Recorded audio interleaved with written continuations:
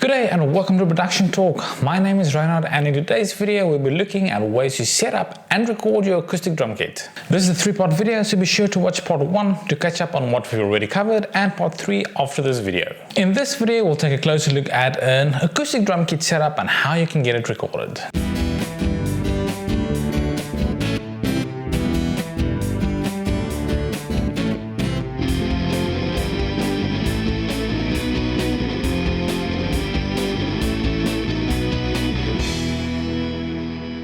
The acoustic drum setup has been shaped throughout history to accommodate the music style and purpose used at that specific point in time. Each element of the kit was used in different environment. For example, the snare drum comes from marching bands, and the kick drum and cymbals had its place in orchestras and some classical music. The toms have many different versions that originated from tribal drums. Over the centuries, all different elements came together and formed the modern drum kit as we know today. It was when they started recording bands and had to find a way to record the drum kit that all the different techniques, tips and tricks came into play. First of all, acoustically, drums are very loud, and most of the time have to be put in a different room from the other instruments and musicians, or just have a screen around it to try and block some of the loudness as seen on most live stages. Don't worry if you only have one room for your home studio setup, you can just use headphones and turn down the monitors if you have any while recording. Secondly, there can be 5 to 10 or more different drums that have their own unique sound that need to stand out, which means that you will need to mic up every drum individually. For that, you'll need a lot of microphones and specific microphones that can capture the right sound for that specific drum.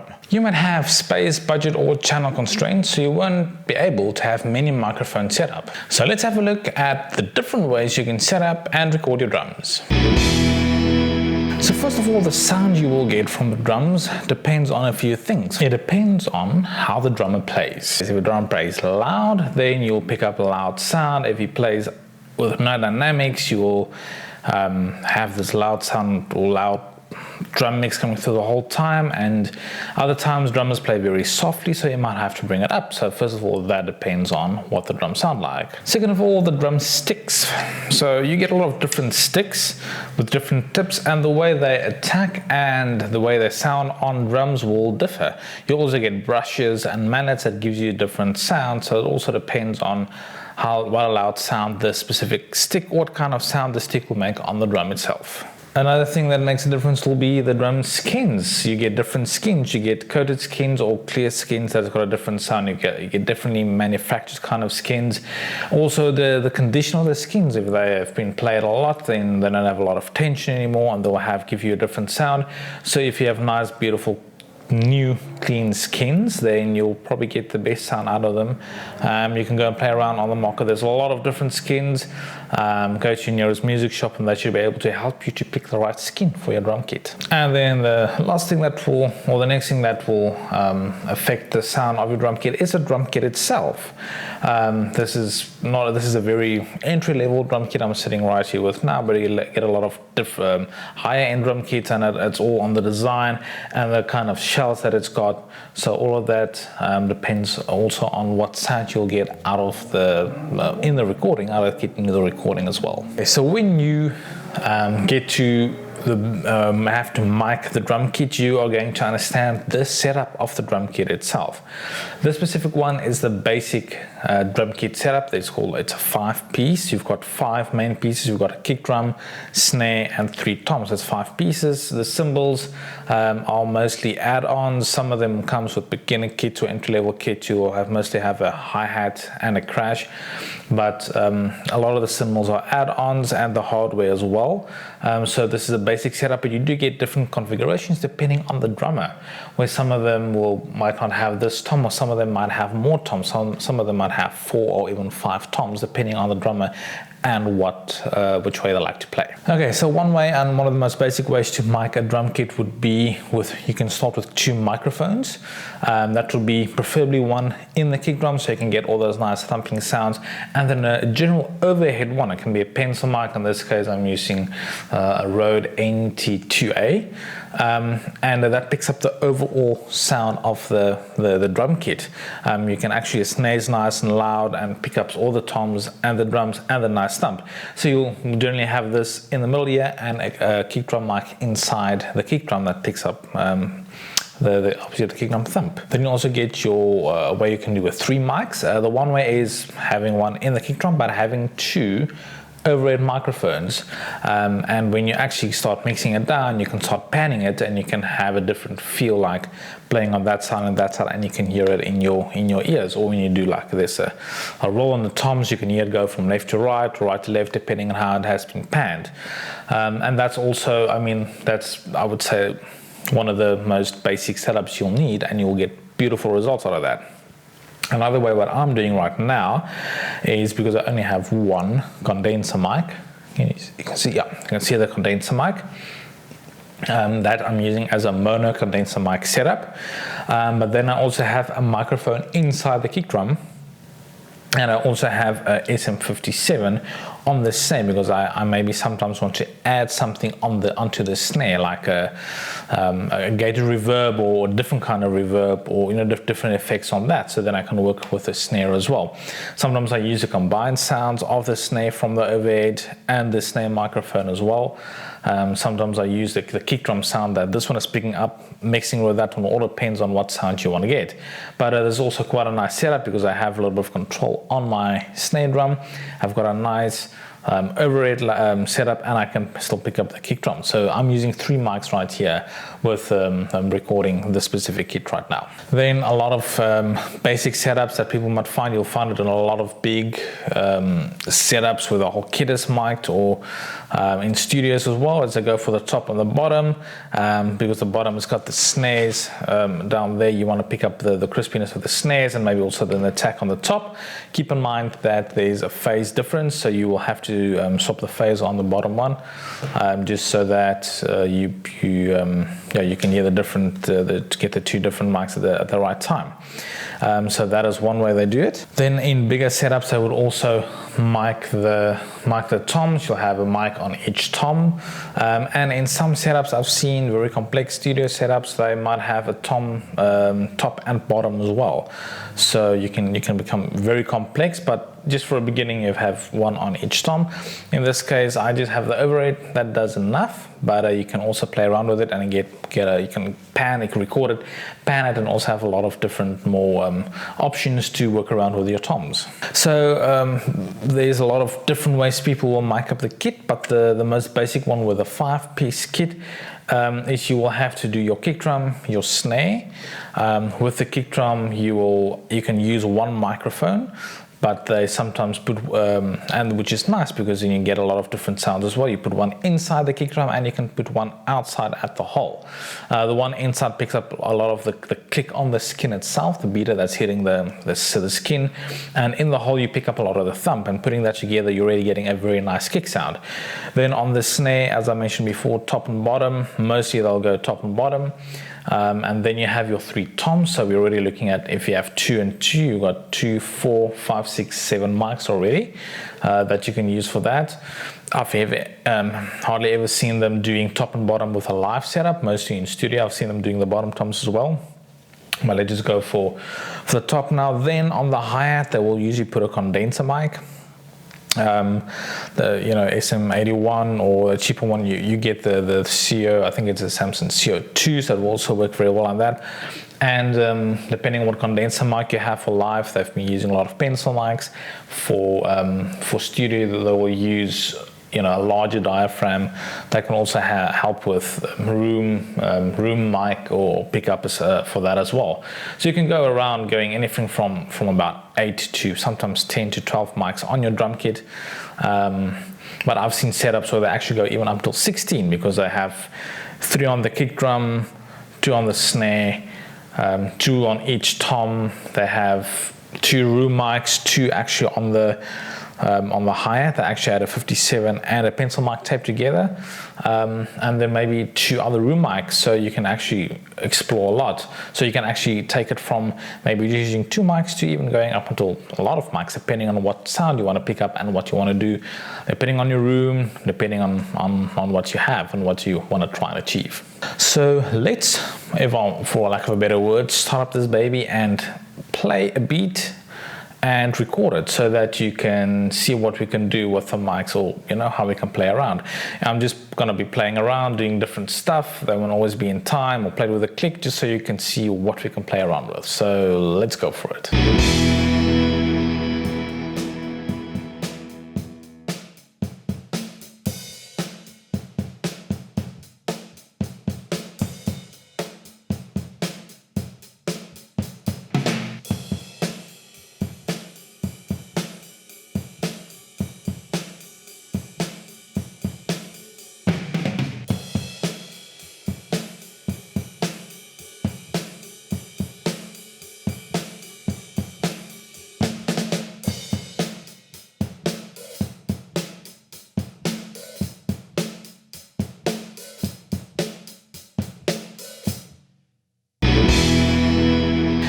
So this is what we've recorded just now on the drum kit. I'm going to work with this bit right here. Here you can see the 3 mics I've been using. This is the one that was on the kick, this is the one on the snare, and this is the one on the overheads. So right here you could see where all of them came in. I'm going to minimize this because we're only going to be working with the audio that we recorded. So I'm going to be working with this bit here. Let's quickly have a listen to what it sounded like.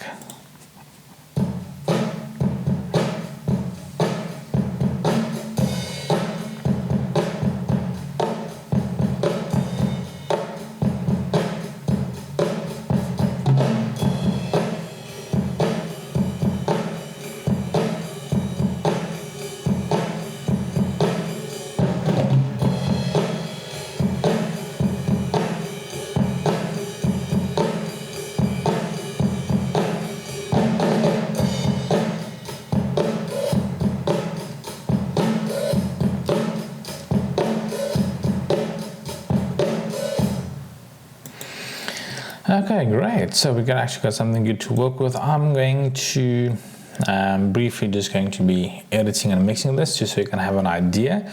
So the kick came into Lexicon 3, the snare came into audio box 1, and the overhead came into Lexicon 1. So that's just the on the interface where it came in. Right, so let's first start with the kick. We can start with the kick here and just listen to this bit. We can loop the bit of the kick, and now we can listen to it, and that's what the kick sounded like. Actually sounded pretty cool. So I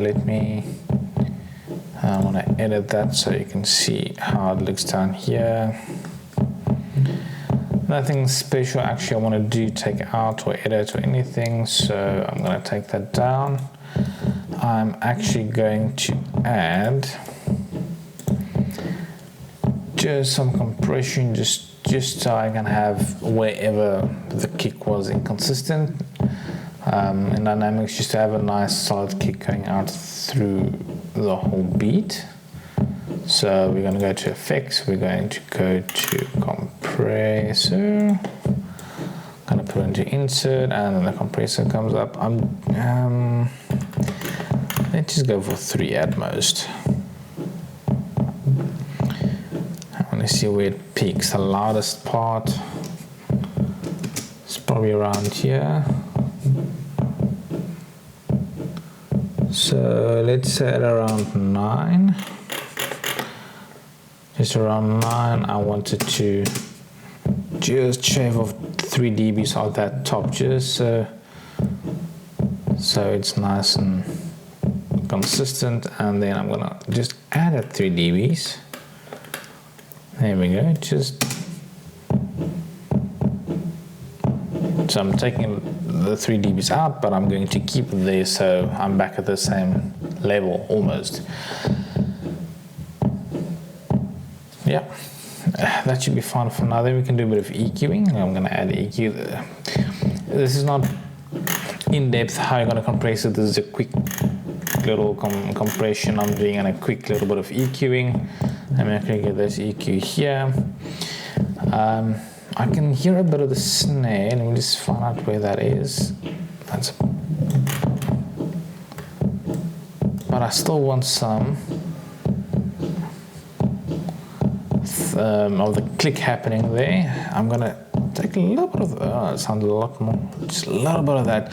You don't always want to roll off too much. Oh, you know, when I started mixing, I actually never did it, but it gets rid of a lot of the bad low frequencies that I don't really want.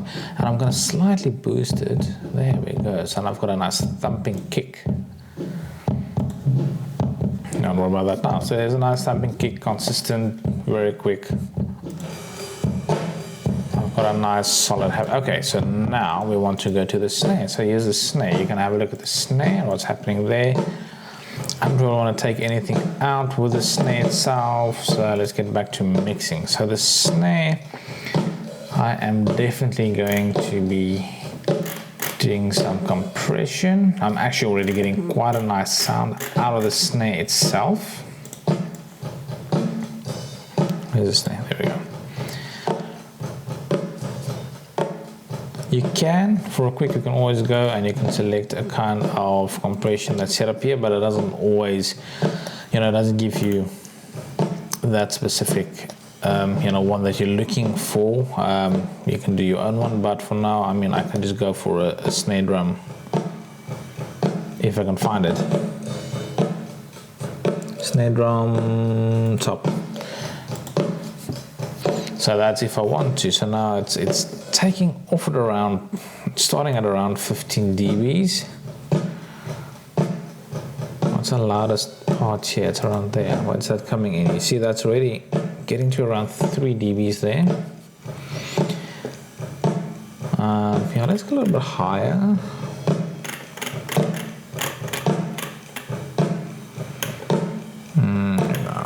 Let's maybe let it start at 6. Also gonna let me just go for 3 here.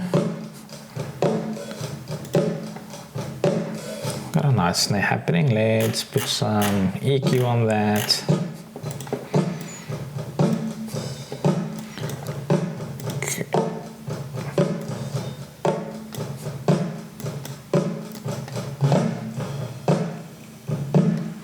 I want that hollowness. Sometimes you can add some bit of that there depending on how round you want your snare to sound. For this specific one, let me maybe just make it a bit more edgy, a little bit more bright. I want to take a bit of 1K out of here just for that nasalness, and I'm going to give it a little bit. Yeah, so I'm getting that flat kind of bright snare sound. Some rock mixes you might want to make it a bit more warmer or a little bit more round, but yeah, I'm going for just that. So let's see what the it sounds like in the mix. Wow, the kick, solid kick, very nice, great. Now we're gonna go with the overheads. Now the overheads I can do in 2 different ways because I'm actually using it on for the toms as well. So I can actually go. What I do sometimes is I go and I duplicate this one. So I'm gonna right-click, duplicate track complete. So I'm getting both of them. Here it won't really matter if you pan because you only have the one mic. But what I'm going to do, I'm going to rename this one toms. So then I've got the toms on here. So this specific one, I'm going to EQ just for overhead. And this specific one will sound the same. I'm going to EQ for toms. So let's first do the overheads. And then we can fill it in with the toms. So luckily it's looping. So let's add some. I'm not really going to compress it as maybe a little bit on the edge because you do pick up with the snare. So I'm not even going to go very, very hard on the compressor there. Let's just do it 2 there. I'm going to keep it actually just as is because it's just going to take that edge of the snare out that I don't want too much snare there. And then I can EQ this a bit more. Where's the EQ here? So not a lot of lows. They can be nice and flat, but you'll hear you can bring some of this out. That sounds a little bit too phasey-ish, if I want to say that, for lack of a better word. So I'm actually going to do something like that. Ooh.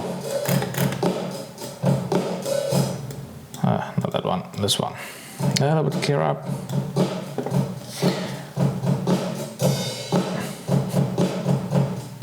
Let's go to where the cymbals are. Yeah, so it kind of have the ride coming through nicely and some of the crashes. So now I can go to this one, and I'm going to do the compression again just as it is. It's where's the compressor? So the compressor on this specific one, I'll drop here now. Yeah, it's a ratio 2:1, and the threshold is from -15. So it's just gonna make that snare not pierce through as much. And then with the EQ, now I want to work a little bit more maybe on the lower sounds or the lower frequencies. Where's that here? So I might even do that. So take a lot of that edge of the cymbals away, although you still have on the toms.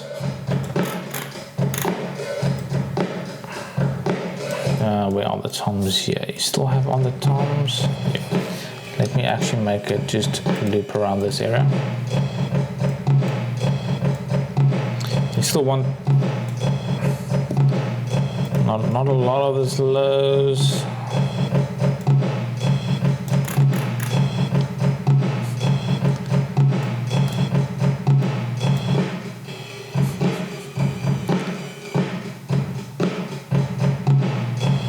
So now they are standing out a bit more. What I'm going to do as well now, wherever the toms are, I'm going to just cut them out. So I'm not going to need any of this.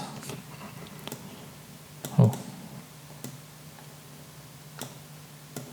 I'm going to need any of that. The first part of the toms are right there. Actually, let's do it here so then you can see. So the first tom is there, so I'm only going to have that. Let me take it off the grid. And then it pretty much back there. So that's the toms. And just here, where's some more toms. Take the loop off.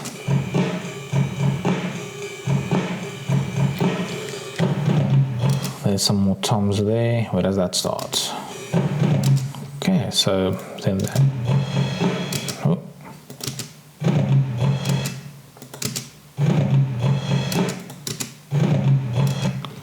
So it sounds like the next one is there, so I can now take this one out.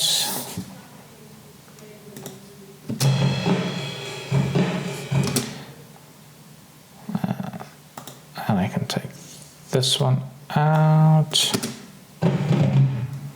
There we go. So that's some of the toms. That was a snare. Yeah. So that's pretty much the two spots that I play the toms. So now you only have the toms right there.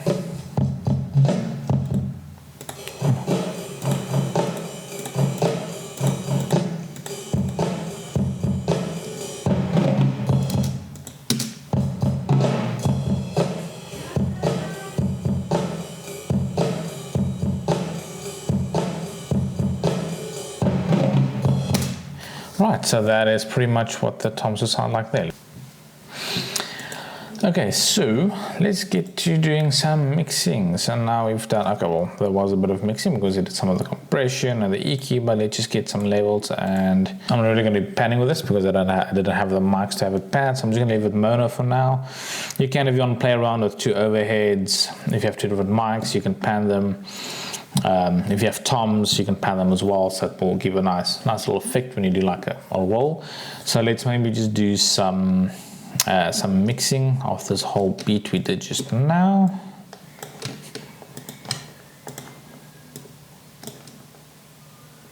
Put it there, and let's just listen. Let's first go. That's a kick, so the kick is peaking a bit. So let me just see. Actually, the kick sounds okay. No peaking, so the kick, I'm gonna work off of that. The snare.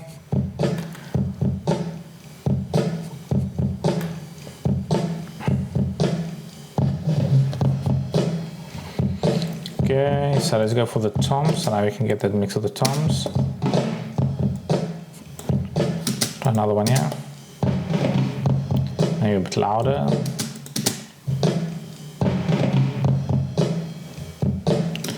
And then you're going to have this as well. At least with this overhead here, you get a nice little hi-hat to some of the crashes.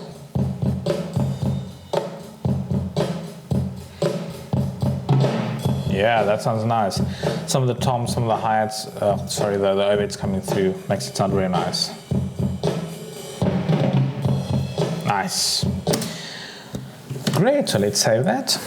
So that's in rough how you would maybe want to record your drums. You can play around a lot with your miking techniques, your mixing, your editing, everything you do in that.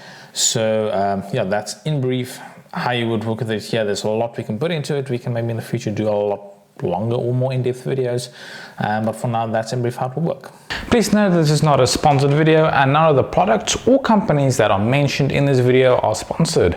The hardware and software we use are by personal preference only or items that we already own and have on hand. The links of the products and companies we use in this video are in the description.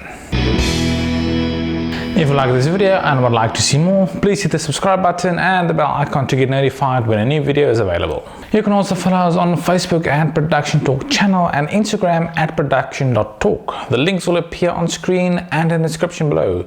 There you can stay up to date on events, news and up-and-coming videos. If you have any feedback, suggestions or questions, feel free to drop it in the comments below or via any of the previously mentioned social media platforms. We will try our best to respond to them. There's so much more information we can cover, but this should help you get going and recording your drums. In part 3, we'll be taking a different approach on adding drums to your songs. So we'll be programming some drum beats and playing around with MIDI. Thanks for watching. See you in part 3.